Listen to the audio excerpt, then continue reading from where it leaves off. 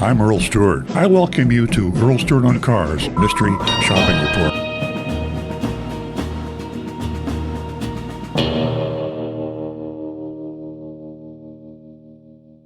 Okay, Cox Chevrolet in Bradenton. Bradenton, for you not familiar with that part of Florida, is up in the Tampa, St. Petersburg area. Clearwater. Clearwater. It's kind of a small town, kind of an atmosphere. And the reason I mention that is because I talk about Florida and the corrupt car dealers. Most of that is in the South Florida. The further north you go, the calmer things get. Not to say that they don't have some issues in northern Florida. They do. But the smaller the town, we've found usually the nicer the dealer and the more transparent. We'll see if that holds true for Bradenton, Florida. Speaking as if I am Agent Lightning, or Ace, female mystery shopper. She just does an amazing job. I arrived in the late afternoon. As I entered the dealership through the front door, I was greeted by a salesman. Though he didn't introduce himself, his name tag read Zach. After exchanging greetings, I inquired about the availability of Malibus. Zach asked if I had been in contact with anyone at the dealership previously. Since I hadn't, he offered to assist and invited me to the desk to gather more details. Now, that's a courtesy that in South Florida, when you walk into a dealership, there's a wolf pack, and they run toward you, and you run the other way. I'm only kidding, but it's a lot of salesmen, and they're fighting to see who gets there first. And there's not a courtesy, and so you can see it right away with this first experience. The salesperson was courteous enough to want a salesperson who had already spoken with you, maybe given a lot of his time or her time to help you on the phone or by text or email, give him the benefit of the commission if you decide to buy a car. So he was courteous, and that was something you don't see in Fort Lauderdale or Miami. Once seated, Zach got right to business. What's your name? What's your credit score? That's pretty direct. You don't ask a person their credit score. You dance around that and let them volunteer the information. Yeah. So what's your credit score? Are you looking to lease? Another qualifying question. I clarified more likely to buy, reiterating my question about the Malibus. Zach informed me they just received a shipment. So as I've said in the past 2 or 3 weeks on the show, inventories are building. And Chevrolet inventories are building. The setting is there for getting a good buy. You can save thousands of dollars today if you do the right thing and you listen to what we advise on this show compared to a year ago. And it was purely a seller's market a year ago. Today it's become somewhat of a buyer's market, particularly with GM and Jeep and some other cars that have what we call a high day supply. And that means 60-day supplies mean if they sold every car they had, it would take them 2 months to get rid of them. 2 years ago, there was a 0-day supply. They had no cars. He inquired about color preferences. And I mentioned my preference for white and a basic trim level, explaining it would be for an Airbnb property. That's interesting. Yeah, I always like her cover stories. Yeah, a great cover story. So apparently she's suggesting that she's thinking about buying a real estate that she wants to rent out via Airbnb and then maybe furnish it with a car to enhance the value of the Airbnb property. Very clever. I also emphasized that we wouldn't be making a purchase until after the closing on the property and don't run any credit checks until then. So that's a great premise. And a lot of people feel that when you run a credit check, it's going to affect your credit. We could talk about that on another show. That's not necessarily the case. Right. Zach understood and stepped away briefly to fetch the keys. Upon his return, we headed outside to the Malibus. We found a new 2024. That's right, folks. There's a lot of 2024s. That kind of surprised me a little bit.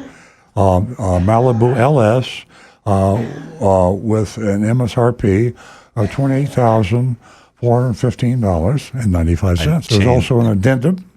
Got an addendum, folks. In Bradenton, there's an We're addendum. seeing we're seeing some cars without addendums these days, so keep that in mind. And also, by the way, the Madrone label, I'm presuming, was on the side of the car, and it wasn't in the back seat, as you'll find in South Right. Florida. So we're seeing a lot of signs that were in a small town dealership. There's an Addendum. It added $1,995 for the Cox Florida equipment.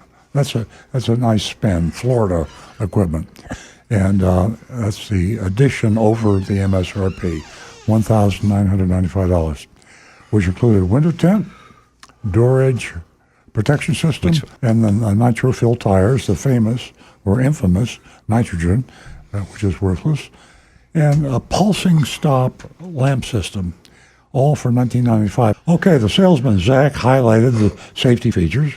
We embarked on a test drive. Our conversation was a mix of small talk and my questions about the various trim levels.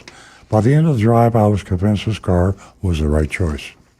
Back at the dealership, as we settled at his desk, Zach explained that all their cars come equipped with the Cox Florida equipment. So he's He's selling the addendum. anticipating resistance here. All cars come equipped.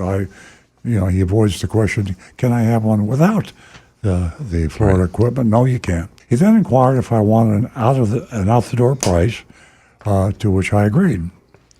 Zach soon returned with a price sheet, but before presenting it, I noticed an error.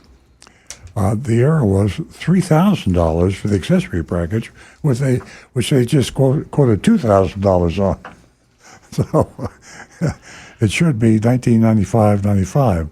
He excused himself. Upon returning a few months later, he cheerfully remarks on catching the error before I did, eliciting laughter from both of us.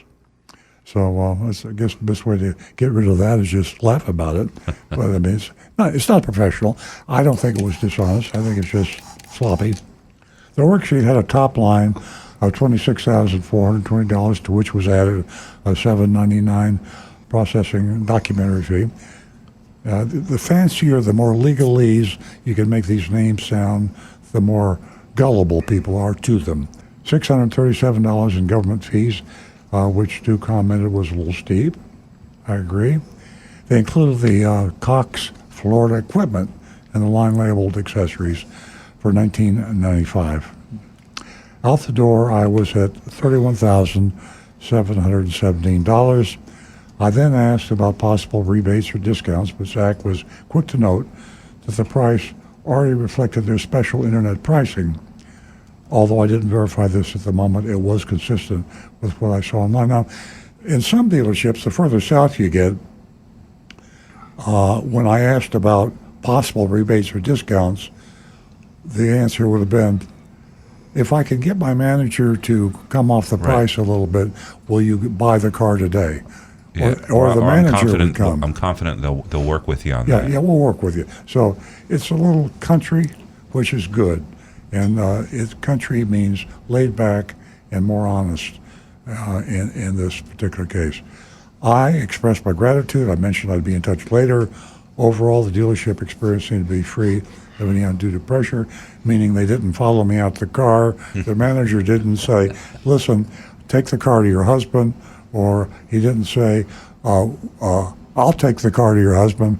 I mean, you wouldn't believe what you will encounter the further south in Florida you go. You get into Fort Lauderdale, Dade County, you need to be fully armed. Yeah, so I think I'm going to give them a B minus. Rick? Okay. For me, I think I'm going to follow Stu's advice here, and I'm going to go with a B on it. For me, I give them a D minus. I'm going to give them a C. I think, to me, that's about an average dealer. People, when they think they are treating them as if they're doofuses, they tend to get angry and get bad grades.